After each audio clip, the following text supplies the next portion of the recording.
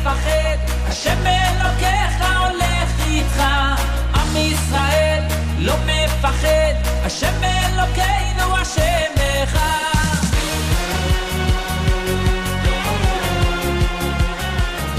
Bonjour à tous les auditeurs et auditrices, c'est un plaisir de vous retrouver ce matin dans votre émission du vendredi, l'univers de la Yeshiva, où nous revivrons ensemble la vie juive en 1001 questions. Alors, chers auditeurs, chers parents, après le succès des années précédentes, le Gan Chai est heureux cette année encore d'accueillir vos enfants au centre de loisirs Gan Chai pour un nouveau mois de bonheur. Cette année, ce sera du 1er au vendredi 24 juillet 2015. Et pour tout renseignement, n'hésitez pas à contacter Madame Pinson qui est avec nous ce matin en direct sur Radio Judaïka. Madame Pinson, bonjour. Bonjour. Alors, comment pouvez-vous nous résumer en quelques mots le Gan Chai pour nos auditeurs? Ça, c'est une tâche très difficile. Je pense que Gan Chai ne peut pas être résumé en 2 mots. Mais si vous m'accordez un peu plus de temps, alors je veux bien tenter d'expliquer les avantages d'un programme comme Gan Chai. Le parent aujourd'hui, quand il cherche un programme des activités pour leurs enfants durant le mois d'été, sont confrontés à vraiment une richesse incroyable de choix et des options.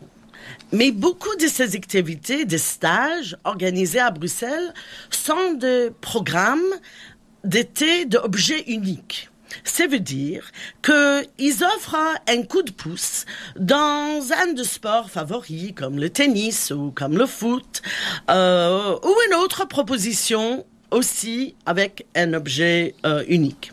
Mais les avantages uniques d'un programme, d'une colonie d'été plus généralisée est d'une valeur tout à fait distincte des compétences et des exercices de ces homologues spécialisés. En fait, une colonie de jour comme Gan Chai est tout d'abord un endroit où des monitrices attentives nourrissent la créativité de l'enfant et surtout leur confiance en soi. Ils vraiment accompagnent l'enfant dans son épanouissement. Ils aident les enfants à créer de nouveaux amis. Ils leur stimulent de viser plus haut, au-delà de leur zone de confort, pour essayer de nouvelles expériences. Qu'est-ce que je peux dire encore? En fait, Gan Chai, une colonie de jour en particulier, est l'endroit où le travail d'équipe est nourri. Et aussi, à part les liens qui sont créés avec des autres enfants, des fois, ils forgent des liens et des amitiés pour toute une vie. Tout à fait. Les enfants, chaque soir, retournent à la maison. Par rapport à ce qui est souvent aujourd'hui, qu'on envoie les enfants à des colonies où on loge pour plusieurs semaines. Mais il faut... Et des fois, ça aussi apporte beaucoup des expériences et d'indépendance aux enfants. Mais quand il y a une colonie d'été, une colonie de jour, comme Gan Chai, il y a autre chose qui est gagnée. Le fait que les enfants rentrent chaque soir à la maison permet un partenariat entre le parent et les enfants. Quand des jeunes enfants sont envoyés pour la nuit, c'est vraiment une coupure. Et ici, ça devient un partenariat. Parce que les enfants reviennent chaque soir, après les activités de la journée, et ils partagent avec le parent ce qu'ils ont fait, le défi qu'ils avaient réussi, les nouvelles expériences qu'ils ont tentées, de nouveaux amis qu'ils ont fait. Et alors ça crée un dialogue et un partenariat avec le parent qui n'existe pas tellement quand les enfants sont envoyés de loin. Alors là, ça quelque chose de positif, une colonie de jour. Alors aussi, à Gan Chai, le monitrice utilise un vocabulaire qui encourage le respect de l'autre et la responsabilité. Et les enfants, quand ils partagent ces expériences et ce qu'ils ont appris avec leur famille, quelques heures plus tard, ils utilisent ces mêmes vocabulaires qui renforcent cet enseignement, cet message, cette transmission. Et ça renforce aussi les compétences qu'ils ont acquis durant la journée. Alors, le vrai question maintenant, ce n'est pas pourquoi une colonie d'été plus généralisée par rapport à une objectif très ciblé, une colonie très ciblée, un stage, je veux dire très ciblé. Pourquoi Gan Chai? Alors, la magie et l'esprit de Gan Chai combinent l'expérience quotidienne avec un sens profond d'identité juive. Les valeurs, les traditions, les cultures sont tissés tout au long de la journée dans les activités, l'art, les histoires, le jeu, le sport, le théâtre. Tout est organisé d'une manière qui est amusante et qui rend les enfants fiers de leur héritage juif. Évidemment, comme j'avais dit, les valeurs comme la responsabilité et le respect pour les autres sont vraiment mis en priorité. Alors c'est assez alléchant d'entendre toutes ces explications, mais ça fait déjà combien de temps que vous faites le Gan Chai à succès? Alors, Gan Chai va célébrer cette année 25 ans. Ah, Baruch Hashem.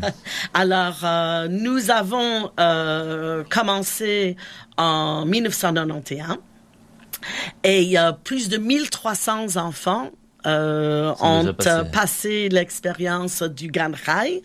Et des fois, je rencontre les anciens qui partagent des souvenirs et me disent comment ils se rappellent encore les chansons de Gan Chai.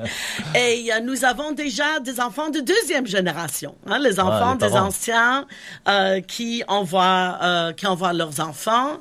Et c'est intéressant, récemment j'ai rencontré quelqu'un, ces enfants sont déjà fini l'université et il me raconte qu'il avait un neveu qui est venu d'Israël il y a une vingtaine d'années et qui est aujourd'hui pilote à l'armée israélienne.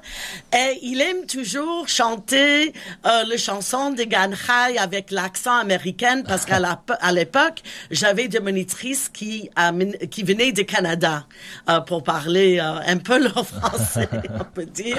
Et alors, il se rappelle encore de ça. Alors, c'est ça qui est vraiment encourageant et qui m'apporte beaucoup de motivation de continuer ensemble avec vous dans cet grand défi. Bezrat Hashem, Bezrat Hashem. Alors, quels sont les jours et les horaires de cette année? Alors, cette année, comme vous avez mentionné tout au début, en principe, il faut que le parent se rappelle, Gan Chai est toujours les premières 3 semaines du mois de juillet. Mais étant donné que cette année, le 1er juillet est une mercredi, nous avons décidé de faire 3 semaines et demie, du 1er jusqu'à 24. Alors, les horaires, c'est de quelle heure à quelle heure? Alors, la journée commence, ça veut dire que nous sommes déjà présentes à partir de 8h15. Donc là, il y a un accueil déjà. Il y a déjà un accueil et ça, c'est pour permettre les parents qui travaillent à amener leurs enfants le matin. Et les enfants sont accueillis avec une variété de jeux, de dessins, de matériel de construction. À ce moment-là, les enfants arrivent de petit à petit. Ils aiment raconter, partager, se rappeler ce qu'ils ont fait hier ou ce qu'ils ont fait le soir, ce qu'ils ont raconté à leurs parents. Et ils aiment partager ça avec les monitrices. J'aime beaucoup ce moment du matin. Il y a une anticipation pour une journée pleine de joie. Il y a des enfants de différents âges qui jouent ensemble parce que c'est pas directement dans le groupe. Et c'est vraiment un moment très calme et en même temps plein d'anticipation. Et alors, les activités commencent vers 9h jusqu'à 4h. Et puis, de nouveau, on assure une garderie, mais une garderie active, on peut dire, jusqu'à 5h30. Jusqu'à 5h30. Oui. Eh ben, on va vous laisser quelques instants avec une pause musicale et puis on revient tout de suite pour parler des inscriptions.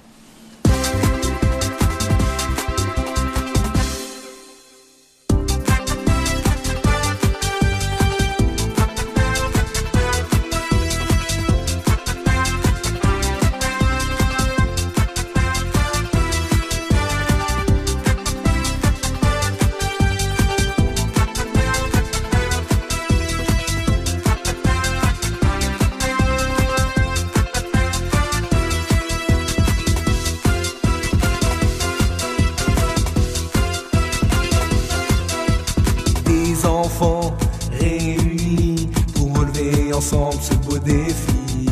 En plein milieu de chaque île, ils sont là, ils s'amusent et ils étudient. Des 12 mois de l'année, le plus excitant c'est juillet. Il y a de l'ambiance et de la Torah, du soleil plein d'action et de la joie. C'est ce Gan qui ravive la flamme, c'est ce Gan qui touche ton âme. Il t'éclaire, te rend fier de ton identité. Gan, Gan, Gan Israël. C'est ce Gan qui ravive la flamme, c'est ce Gan qui touche ton âme. La bracha du Rabbi est notre étendard. Gan, Gan, Gan Israël.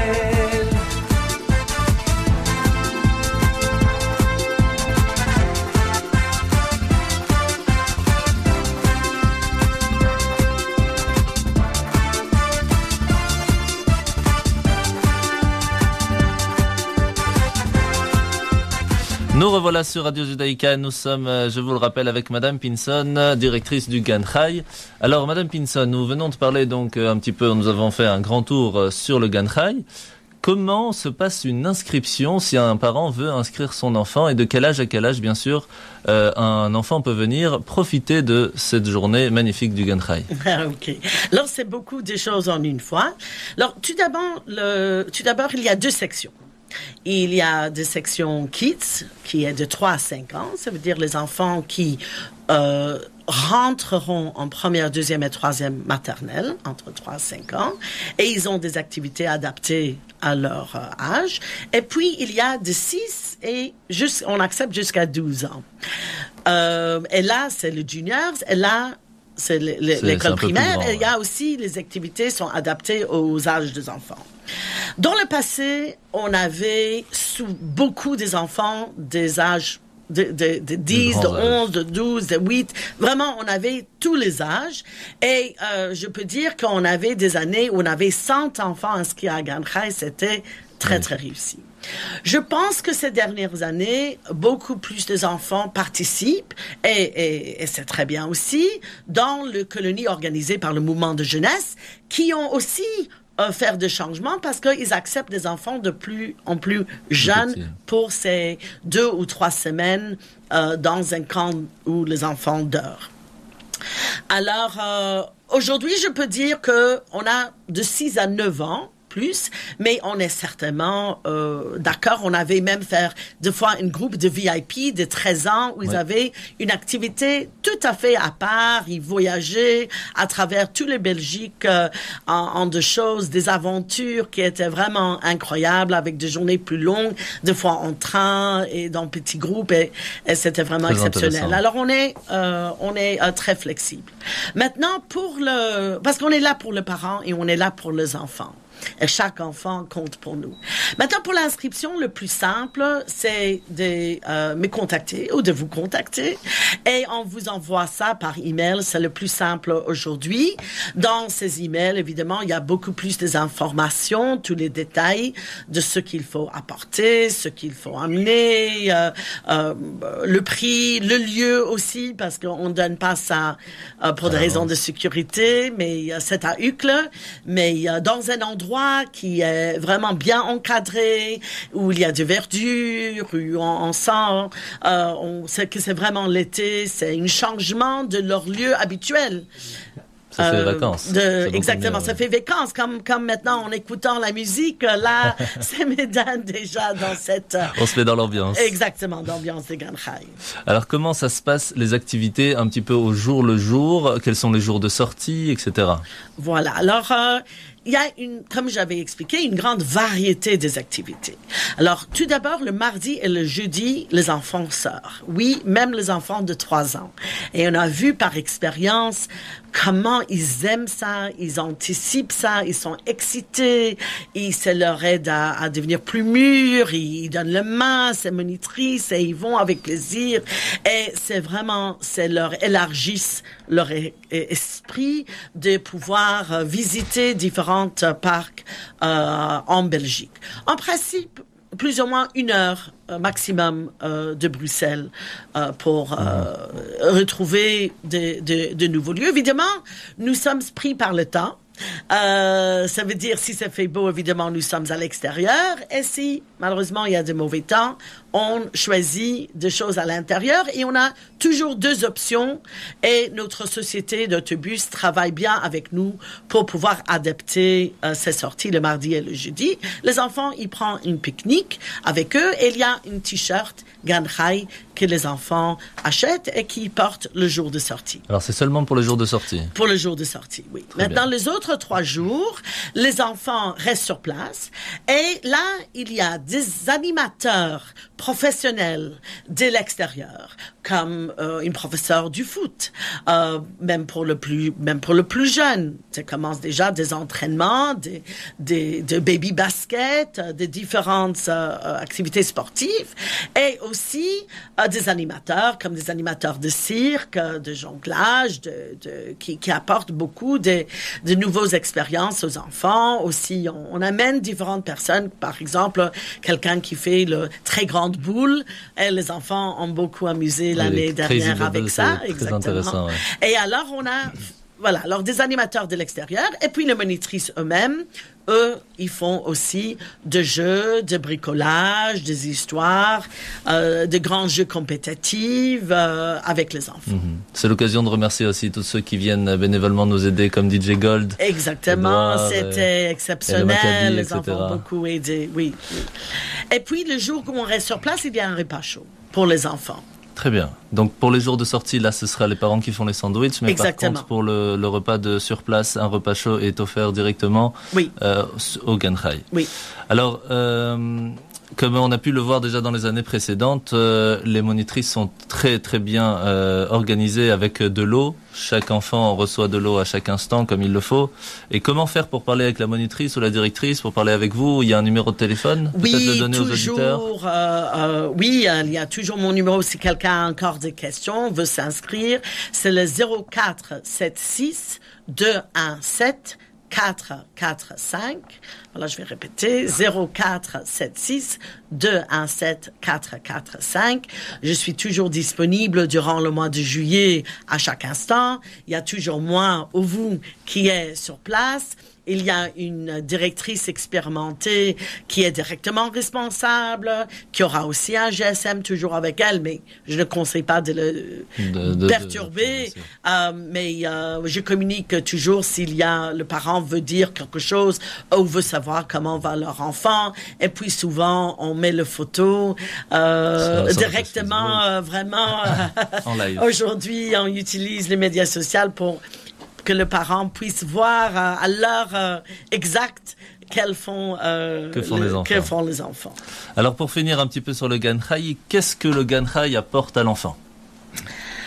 Alors,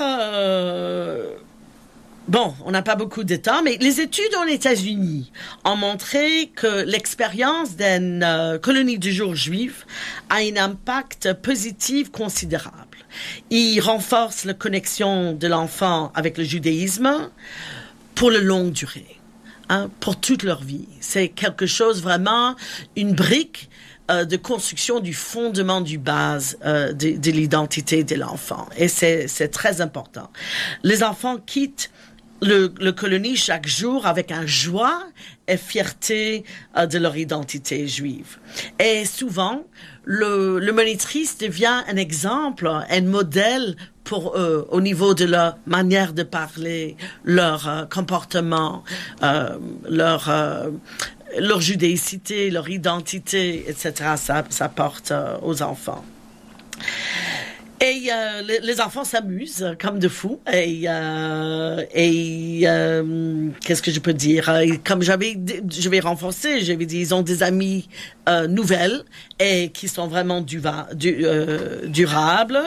Et ils développent une multitude de nouvelles compétences et intérêts.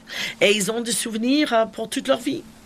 Alors comment si une personne veut être un peu plus impliquée avec le Gan Chai, comment est-ce qu'on peut aider, comment est-ce qu'on peut soutenir? Certainement avec grand plaisir, toujours plus d'aide et toujours le bienvenu. Dans le passé, on avait même les mamans qui venaient chaque matin pour faire les sandwichs pour les enfants. C'était durant de longues années, j'avais des mamans et comme ça, les enfants ne devaient pas amener leur propre sandwich, mais on faisait, vous imaginez, on faisait des sandwichs pour 100 personnes. Ouais.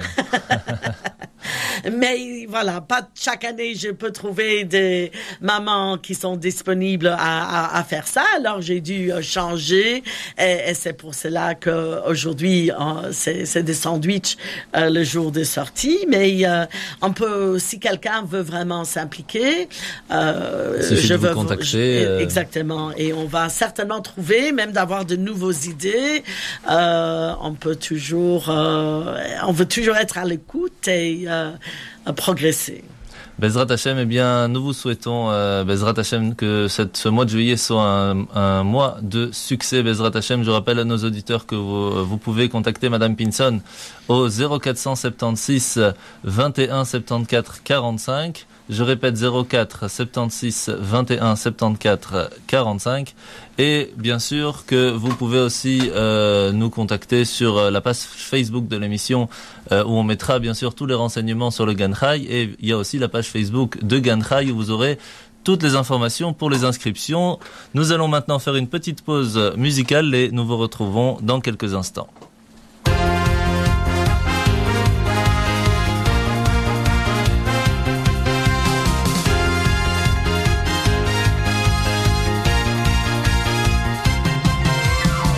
Et les amis, je dois vous annoncer une très bonne nouvelle, ouvrez bien vos oreilles. Oui, cette année est pour le mois de juillet, nous tous ensemble au Gan Israël. Tout au début, je croyais rêver, quand on m'a dit que c'était bien vrai. À droite, à gauche, je me suis retourné pour m'inscrire dans ce centre heureux. Aïe, aïe, aïe, aïe, le matin de bonheur, tous ensemble on prie avec ardeur, puis un moment d'étude avec joie et chaleur. Le long de la journée se déroule avec le même effet, pousse la grâce au Rabbi, comment le remercier? Aïe aïe aïe aïe Rabbi, aïe aïe aïe aïe merci. Je te promets d'être un soldat de Tzivot Hashem. Aïe aïe aïe aïe Rabbi, aïe aïe aïe aïe merci. En espérant que tout cela nous amènera à la Géoula. Eh bien, nous revoilà sur Radio Judaïka avec Madame Pinson. Alors après avoir fait un bon tour sur le Gan Chai, dont je vous invite à vous renseigner et à inscrire vos enfants, eh bien maintenant, parlons s'il vous plaît d'une activité à succès que vous organisez une fois par mois. Comment ça s'appelle d'abord cette activité? Alors, ça s'appelle le Rosh Chodesh Society. Alors, c'est une organisation qui existe dans le monde entier. Et ce sont des réunions chaque mois, durant 7 mois de l'année, du novembre jusqu'en principe au mois de mai ou juin. Et c'est 7 cours qui vont développer une idée. Le cours ne sont pas frontales, où il y a juste une conférencier qui vient parler et partager, mais c'est une étude autour des textes ensemble, où chaque participant peut participer, partager son avis, son opinion, son manière de voir les choses, son compréhension, et puis on découvre ensemble le perspective du texte kabbalistique, mystique, le Talmud, des livres durant 3000 ans de notre histoire juive. Alors, c'est pour qui exactement? C'est pour les hommes, les femmes, les enfants? De quel âge à quel âge? Alors, c'est pour les femmes de tous les âges et de tous les niveaux de connaissances juives. Il faut absolument pas avoir un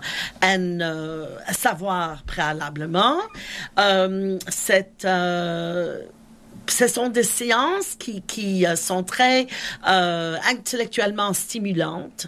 Je pense qu'on a une très bonne groupe qui sont très fidèles, qui revient, qui aime beaucoup cette partage.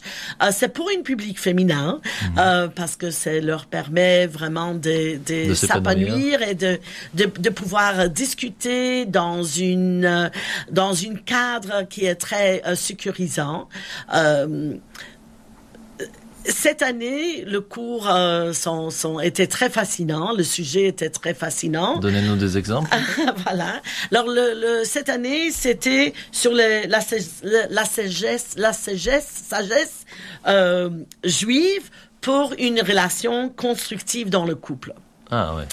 Et on avait des sujets comme est-ce que Dieu se trouve dans le chambre à coucher et en quelle manière, et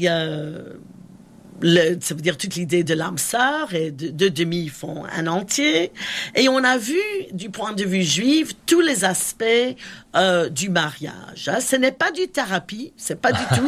Je suis pas thérapeute. On a essayé de réfléchir par rapport à les textes juifs, ce que ça peut apporter. On utilise souvent Maïmonide, qui a beaucoup de conseils très philosophiques là-dessus. Et nous avons notre prochain cours pour terminer cette série, qui va être le 22 juin, qui va parler du divorce et ce qu'on peut apprendre à partir du divorce, ce qu'on peut apprendre du mariage. Alors, c'est très fascinant. Et même si des femmes veulent participer, ils n'ont pas participé aux 6 cours précédents, ils sont bien invités et ils peuvent m'appeler pour avoir plus de renseignements. Comment faire pour pouvoir venir? C'est quand la prochaine date exactement? Le 22 juin. 22 juin. Alors le 22 juin, pour pouvoir vous contacter, on vous appelle à votre numéro. Donc 0476 21 74 45 et Exactement. vous leur donnez donc tous les renseignements pour Exactement. pouvoir venir et en profiter. Le cours est gratuit dans beaucoup des endroits dans le monde, parce que c'est le même cours qui est donné dans le monde entier. Ah oui. Dans 300 différents endroits, surtout aux États-Unis, mais aussi en Amérique du Sud. En France, il y a 2 endroits où que c'est donné. Alors on est les quelques seuls qui traduisent tout en français parce que tout le base est en anglais. Il y a un livre en anglais qu'on peut acheter si on a envie, mais sinon, je traduis un maximum de textes en français. Magnifique, à la Kavod, je vous souhaite une grande hatzlacha et une grande réussite. Un grand merci encore, Madame Pinsan, d'avoir été avec nous ce matin. Et merci pour votre disponibilité, parce que je sais que c'est pas évident toujours de pouvoir venir en direct sur Radio Judaïka, mais en tout cas, c'était un grand plaisir. Pour moi aussi. Une bonne continuation pour cette année, bonne chance au Gan Chai, bonne chance à Rosh Chodesh Society et Bezrat Hashem. Peut-être rappeler encore une fois aux auditeurs votre numéro de contact. Ah oui, ok. Bon, 0476 217 445. Et je vous souhaite à tout le monde un Shabbat Shalom et merci beaucoup. Merci, à bientôt.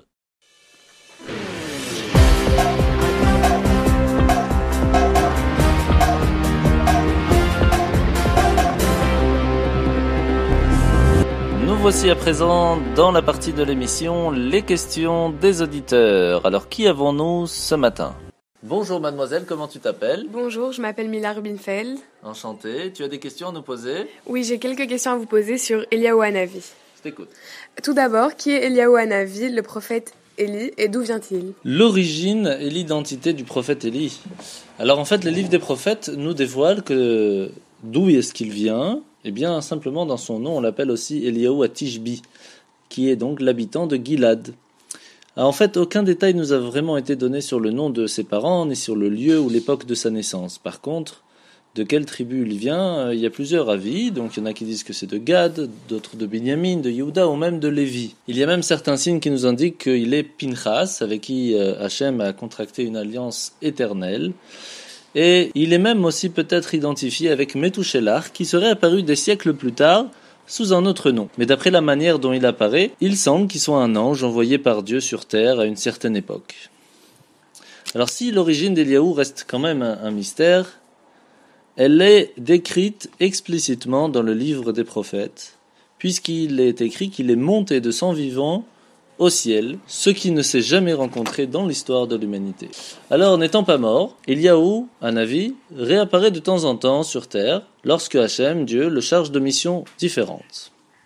Alors on sait bien que le peuple juif a souvent profité de son intervention. Il vient aux aides aux particuliers, à une communauté ou à toute personne qui en a besoin. D'accord. Qui peut le voir? Alors qui peut le voir? Il y a beaucoup d'histoires assez extraordinaires de toutes sortes qui sont racontées sur lui.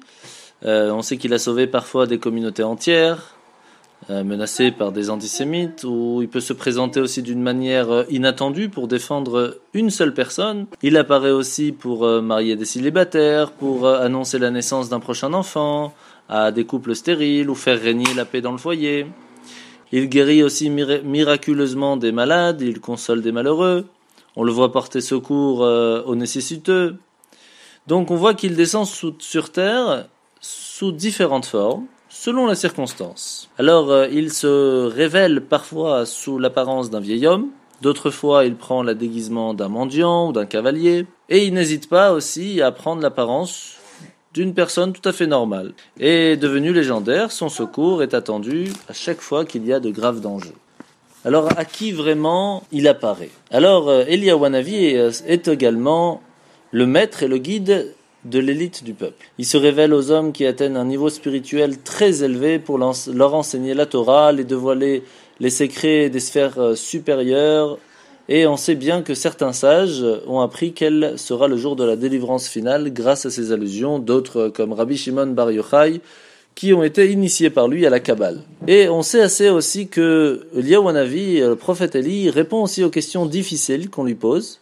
Parfois, c'est lui qui vient s'adresser aux sages pour éveiller leur attention sur des énigmes, comme pourquoi des désastres effrayants se produisent-ils dans le monde, ou dans quel but Dieu a-t-il créé des reptiles et des insectes.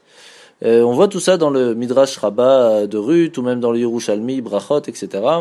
Et toutes les lois à propos duquel il reste des doutes, eh bien dans le Talmud, on écrit le mot Teiku, qui veut dire Tishbi, Yetaretz, Kushiot, Vechavayot. Que Eliyahu le Tishbi, donc Eliyahu Hanavi, répondra aux questions et résoudra toutes les énigmes dans les controverses. Alors, de la même façon, les objets perdus, des biens non identifiés, tout cela sera rendu à leur propriétaire au moment où Eliyahu Hanavi, donc à l'ère messianique, nous dévoilera toutes les vérités à ce propos. Il faut savoir que les gens simples, toute personne en fait qui vit dans l'entourage de justes, de grandes tzadikim, eh bien, s'ils suivent leur exemple, peuvent également profiter de la révélation d'Eliyahu Hanavi, comme on le raconte sur un homme qui récitait des Teilim, des psaumes, les psaumes de David, et il les récitait chaque jour avec une très grande ferveur. Eh bien, Eliyahu Hanavi est venu lui dévoiler la valeur de sa prière, cela parce qu'il le faisait avec cœur. Et donc, le fait qu'Eliyahu apparaisse à une personne sans lui enseigner quoi que ce soit, ni même lui adresser la parole, c'est déjà un signe de vertu, et il faut être très méritant pour voir Eliyahu Hanavi, le prophète Élie, ne serait-ce que dans un rêve. Que fait-il de ses journées s'il n'est pas mort, puisqu'on dit qu'il n'est pas mort? Alors le Zohar nous raconte, dans le Zohar Vaïgash, qu'il est écrit « Observons ce qu'il est dit dans le texte. Voici un char de feu tiré par des chevaux de feu, et Eliyahu Hanavi, le prophète Élie, monta dans un tourbillon au ciel. » Donc à ce moment-là, le corps s'est détaché de l'âme d'une manière tout à fait différente de ce qu'il est chez les autres personnes, puisqu'il n'a pas dû être enterré. Et donc Eliyahu Hanavi, le prophète Élie, est devenu à ce moment-là un être céleste qui vit parmi les autres êtres célestes, mais même s'il remplit des missions comme eux, c'est lui qui est choisi pour accomplir les miracles sur terre. Et donc c'est un peu plus loin dans le Zohar, où on dévoile un secret de la création tout à fait extraordinaire, dans le livre d'Adam, le Zohar Vayakel, qu'au cours de l'existence de l'humanité, un être céleste descendra sur terre, s'enveloppera dans un corps, prendra le nom de Eliyahu, qui signifie en fait à l'essence divine, et que lorsqu'il quittera le monde, son enveloppe humaine restera dans le tourbillon, qui l'emportera au ciel et sera remplacé par une autre, faite de lumière spirituelle.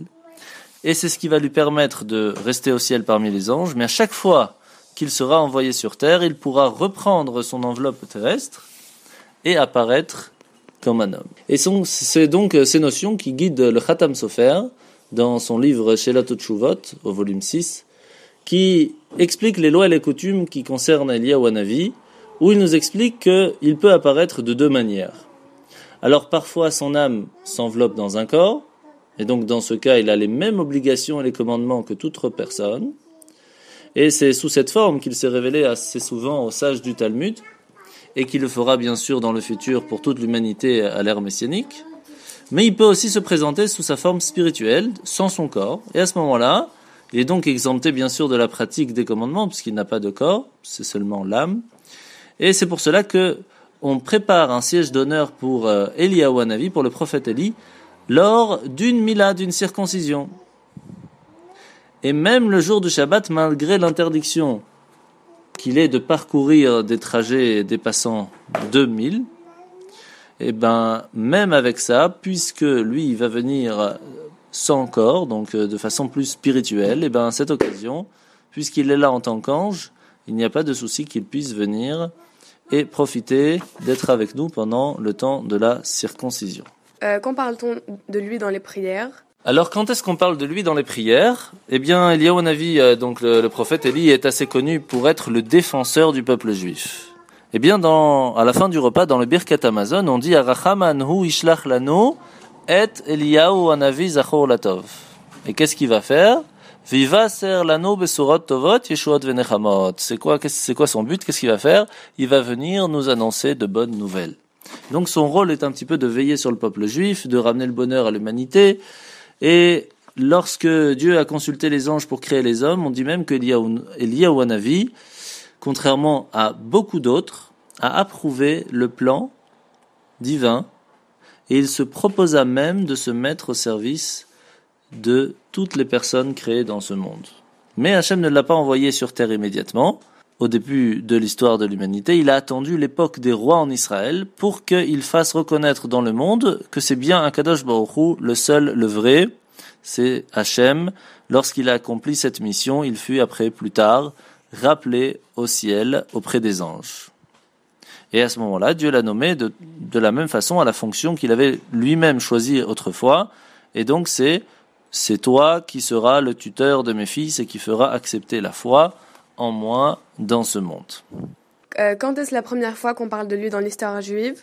Alors il est arrivé qu'un jour, Eliyahu Hanavi n'a pas pu s'empêcher d'accuser le peuple juif pour sa mauvaise conduite. C'était au moment où Isével le poursuivit pour le tuer.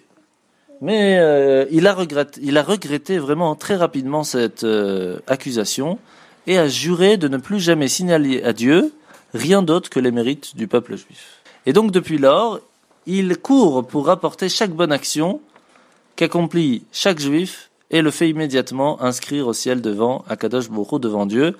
Ainsi il est écrit dans le Zohar HaChadash de la Parashat Noach. Alors ce rôle d'acte tout à fait louable nous enseigne que depuis qu'il n'y a plus de prophètes, ce sont Eliyahu Hanavi et le Mashiach qui les écrivent au ciel. Alors Eliyahu Hanavi prend toujours la défense du peuple juif contre les accusations du Satan, comme il est écrit dans le Midrash d'Esther par exemple. Lorsqu'il a réussi à le faire au temps d'Esther, puisqu'il y avait 18 000 juifs qui avaient participé au festin du roi Assuérus, du roi Achashverosh, ils avaient consumé des aliments cachers, pas cachers, du vin interdit, etc. Et Eliyahu Hanavi s'est alors précipité auprès de Avraham, Yitzhak, Yaakov, Moshe, etc.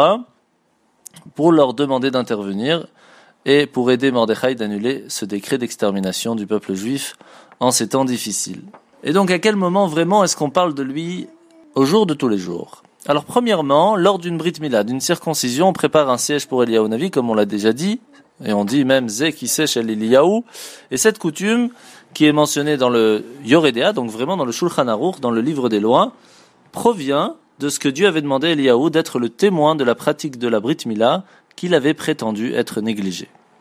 En deuxième lieu, on a aussi la coutume de chanter des cantiques sur Eliyahu à la fin du Shabbat. On chante Eliyahu Hanavi. Et on rappelle aussi comme ça combien est-ce que l'on souhaite sa venue après 2 jours où il ne pouvait pas paraître pour annoncer la fin de l'exil, puisqu'on dit qu'il ne peut pas venir le jour de Shabbat puisqu'il est interdit de voyager Shabbat, ni le vendredi à cause des préparatifs pour le Shabbat. En troisième lieu, On dit aussi que la nuit du Seder à Pessah, il est coutume de remplir une coupe de vin pour Eliyahu Hanavi, dans l'espoir qu'il viendra pour nous annoncer la fin de l'exil, ce soir-là, le soir de Pessah, et cette date à laquelle le peuple juif a été sauvé d'Égypte est en effet tout à fait propice pour la délivrance finale. On a aussi coutume ce soir-là de ne pas verrouiller les portes de la nuit du Seder pour que Eliyahu Hanavi puisse rentrer facilement et être rapidement accueilli par les occupants de la maison. Et cet usage nous prouve encore une fois la foi profonde que nous avons envers la délivrance, envers Eliyahu Hanavi et envers Mashiach. Et on marque encore cet espoir de voir paraître Eliyahu Hanavi lorsqu'on récite le passage Shefor Hamatecha, le soir du Seder, où il est coutume d'ouvrir la porte à ce moment et de souhaiter Baruch Haba soit le bienvenu. Pour résumer, Eliyahu Hanavi descendra en fin de compte sur terre pour nous annoncer la venue du Mashiach comme l'a promis Akadosh Baruch Hu, l'a promis Hachem, par l'intermédiaire du dernier prophète, le prophète Malachi, où il lui dit « Or, je vous enverrai Eliyahu le prophète avant qu'arrive le jour de l'Éternel. »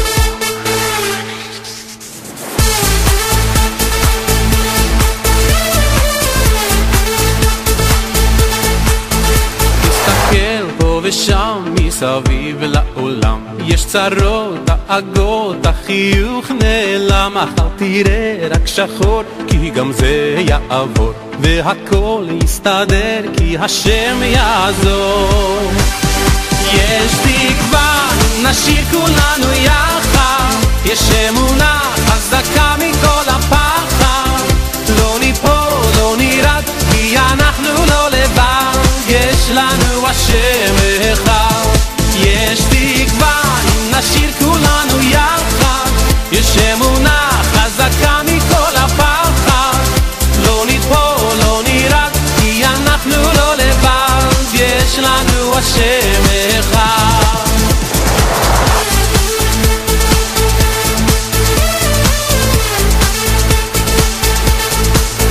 היחי בוא איתי שים ידך בידי אל תדאג, אל תפחד, כי מצד יד ביד הקדוש ברוך הוא את כולנו אוהב תראה שמחר ייגמר הגר יש תקווה אם נשיר כולנו יחד יש אמונה חזקה מכל הפחד לא ניפול, לא נרד כי אנחנו לא לבד יש לנו השם אחד יש תקווה נשיר כולנו יחד יש אמונה חזקה מכל הפחד לא ניפול, לא נרעד כי אנחנו לא לבד יש לנו השם אחד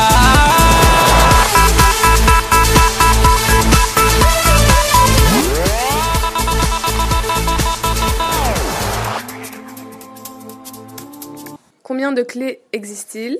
Car on parle de clés dans la Torah. Alors pour pouvoir parler des clés, je suis obligé de vous raconter toute l'histoire. Alors il faut savoir bien sûr qu'il y a plusieurs clés qui existent. Donc il y a la clé de la résurrection des morts, la clé de la pluie et la clé de la naissance. Alors pourquoi parle-t-on souvent des clés quand nous parlons de Eliyahu Hanavi? Alors quand Dieu a envoyé Eliyahu Hanavi au roi d'Israël, Achab, lorsqu'il lui a reproché sa mauvaise conduite, ce roi qui a succédé à son père Oméri, qui avait épousé la fille du roi idolâtre de Sidon Isével, elle avait rapporté les idoles de son père au palais et elle les adorait et avait même réussi malheureusement à influencer son mari le roi à faire de même. Et malheureusement, le roi a également persuadé et entraîné le peuple tout entier à abandonner la Torah, puisqu'il ne croyait plus en Dieu, et refusait d'écouter les avertissements des prophètes. Et c'est ainsi qu'il a entrepris de rebâtir la ville de Jéricho, tout en sachant que Yehoshua ben Nun l'avait détruite et avait interdit la reconstruction de ses ruines et avait maudit celui qui oserait le faire, en prédisant la mort de tous ses enfants. Mais Iriel a défié cette prophétie, a rebâti la ville et malheureusement la malédiction se réalisa et il perdit tous ses enfants l'un après l'autre. Au moment où le roi Achav est venu faire une visite de condoléances à la vue du prophète Élie. Il lui a dit, mais alors, qui est plus grand que Moshe ou Yehoshua? Regarde, Moshe, le prophète, a dit qu'il allait punir toute personne qui n'allait pas écouter les commandements divins, et Yehoshua a maudit la reconstruction de la ville de Jéricho, et pourtant, nous faisons l'idolâtrie, et aucune malédiction n'est arrivée. À ces mots, Eliaou, il était très irrité, s'est tourné vers le roi, et il a dit, j'exige que la famine sévisse dans le pays à cause de toutes ces paroles de blasphème que vous venez de prononcer. Et malheureusement, à partir de ce moment-là, plus une goutte de pluie n'a touché la terre d'Israël. Et donc, bien sûr, le roi Achav a envoyé des soldats pour l'arrêter, mais lui, il s'est caché. Il a bu des eaux et il a mangé ce que les corbeaux l'ont chargé de le nourrir. Et il est resté très longtemps au bord du torrent Kérit. Et les corbeaux venaient lui apporter du pain, de la viande, tous les matins et tous les soirs. Et c'est pendant ces 3 ans qu'aucune pluie ne tomba. Au bout d'un moment, c'était très difficile pour le peuple d'Israël. Et donc, pour pouvoir rendre la pluie, même Hachem ne pouvait pas, puisque un tzaddik peut prendre avec lui une des 3 clés sans que Dieu ne puisse l'utiliser. Et donc, le prophète Élie avait avec lui la clé de la pluie. Et pour pouvoir la reprendre, Dieu a utilisé toute une histoire. Il y a une femme qui n'a pas hésité un instant de protéger Eliaou Hanavi, bien sûr. Et à partir de ce jour-là, elle et son fils n'ont plus souffert d'aucune privation. Eliaou s'est installé chez eux. Mais malheureusement, un jour, le fils de cette veuve est tombé malade, et il est mort. Et le cœur brisé, il vient voir Eliaou Hanavi, il lui a dit, mais regarde avec tout ce que j'ai fait pour toi, pourquoi Dieu m'enlève mon enfant? Alors Eliaou Hanavi, il dit à Hachem, dit à Dieu, mais pourquoi fais-tu ça? Ressuscite le mort. Alors Dieu lui dit, mais c'est toi qui as la clé de la pluie, si je te donne 2 clés, je n'en aurai qu'une, c'est impossible. Remets-moi la clé de la pluie, je te donnerai celle de la résurrection.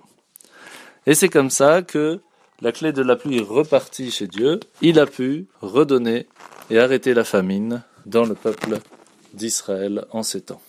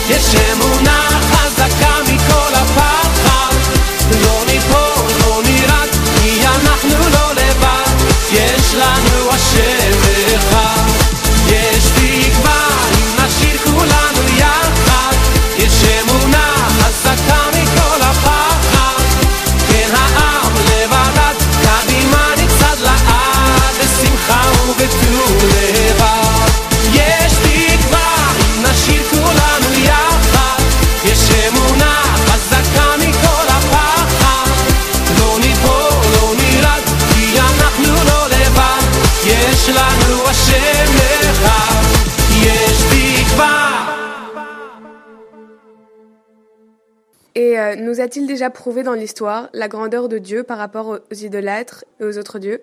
Alors oui, bien sûr. Alors Eliaou Hanavi, il a prouvé à tout le monde.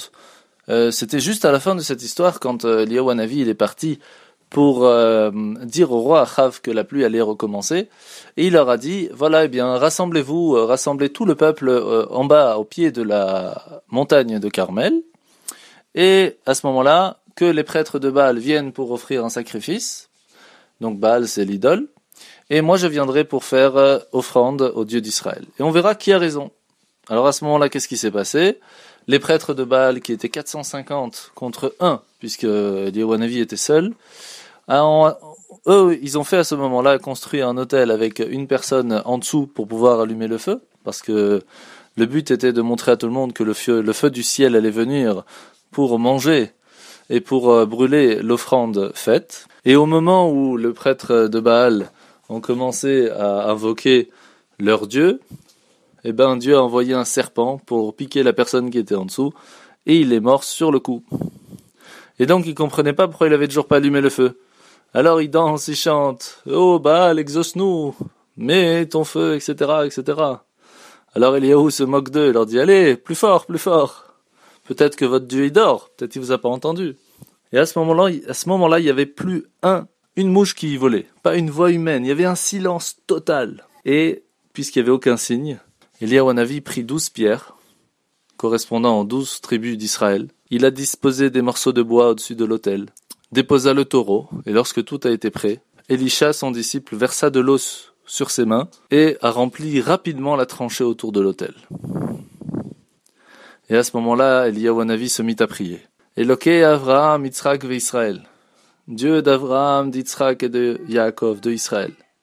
Je veux prouver aujourd'hui aux yeux de tous que tu es toi, le seul Dieu suprême, que je suis ton serviteur et que je parle toujours en ton nom et sur tes ordres. Ô Akadosh Baruch Hu, ô Dieu, agis pour la gloire de ton nom. Fais descendre un feu du ciel sur ton autel pour que les faux prophètes ne puissent pas dire que le sacrifice est consumé par mes sortilèges. Et à ce moment-là, le peuple entier reconnaîtra alors que tu es Dieu. Aussitôt, une grande flamme est descendue visiblement du ciel, brûla l'holocauste. Les morceaux de bois, la terre aux alentours, même l'eau qui remplissait la tranchée, s'assécha. Et à la vue de ce miracle, tout le peuple entier se prosterna et dit tous ensemble, Hashem hu Elohim. Dieu, c'est lui le vrai Dieu. Et à ce moment-là, Dieu a ordonné Eliyahu de prendre les prophètes de Baal et de s'occuper de leur sort. Et à ce moment-là, une violente pluie a déferlé sur terre.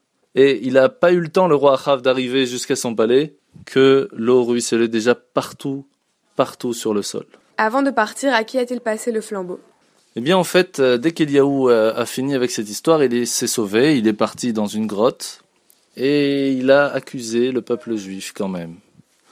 Alors, à ce moment-là, Dieu lui a dit, puisque tu as rapporté la mauvaise conduite du peuple, tu ne sortiras pas d'ici tant que tu n'auras pas juré de ne plus parler que de mérite. Et donc Eliyahu Hanavi s'est empressé de le faire, bien sûr, et il lui a ordonné d'aller dans la ville vers Shomeron, en Samarie. Et sur le chemin, il rencontra Elisha ben Shaphat. Il a ôté son manteau, lui a mis sur ses épaules, et lui a dit, « C'est toi maintenant, mon disciple, qui prendra ma place en tant que prophète. » Et il resta à ses côtés, sans jamais le quitter jusqu'au jour de sa disparition. Voilà un petit résumé sur la vie de Eliyahu Hanavi. Merci Mila d'avoir été avec nous. Merci beaucoup pour cette explication. C'était un vrai plaisir d'être avec vous sur Radio Judaïka. Shabbat Shalom à tout le monde.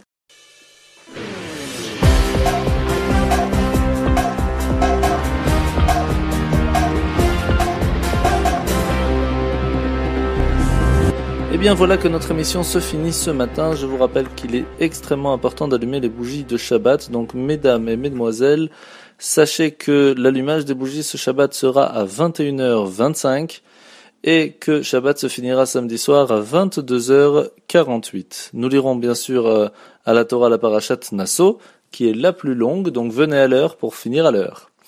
Je vous rappelle donc qu'il est très important de venir à la synagogue et vous êtes bien sûr tous et toutes invités à venir à la yeshiva pour profiter de Shabbat vendredi soir et samedi matin. Et je vous souhaite à tous de passer un bon Shabbat. Shabbat Shalom et à la semaine prochaine.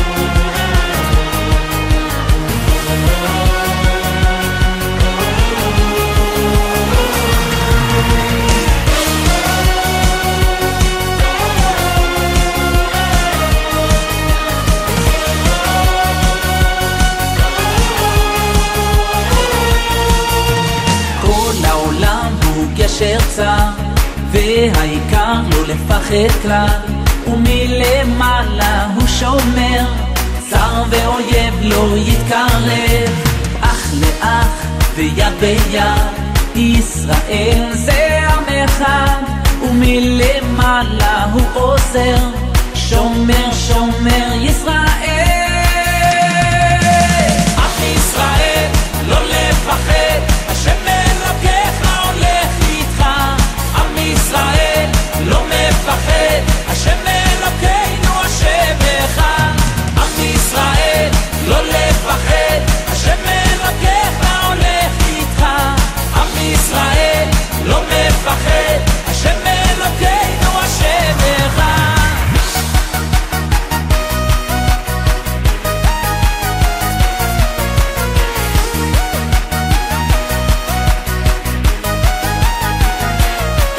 כל העולם הוא גשר צר, והעיקר לא לפחד כלל, ומלמעלה הוא שומר, צר ואויב לא יתקרב, אח לאח ויד ביד, ישראל זה עם אחד, ומלמעלה הוא עוזר, שומר שומר ישראל.